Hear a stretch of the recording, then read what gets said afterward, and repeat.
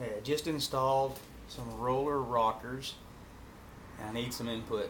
Sounds to me like something inside may be hitting.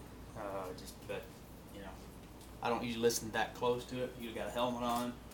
I'll let you guys listen, see if you can detect valves hitting or something.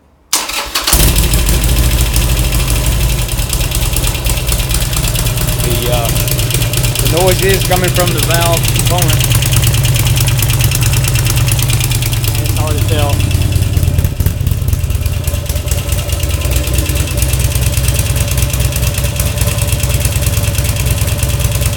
That little tick tick tick tick tick tick tick tick tick tick tick tick tick tick tick tick tick. Is that a valve? Is that something in the valve train hitting? I can't tell. Somebody let me know something. I don't want to give it too much gas, but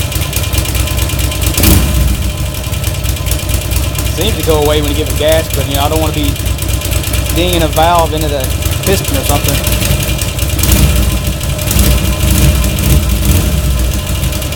I don't know. Maybe it's nothing, but we'll post that and let everybody see what they think.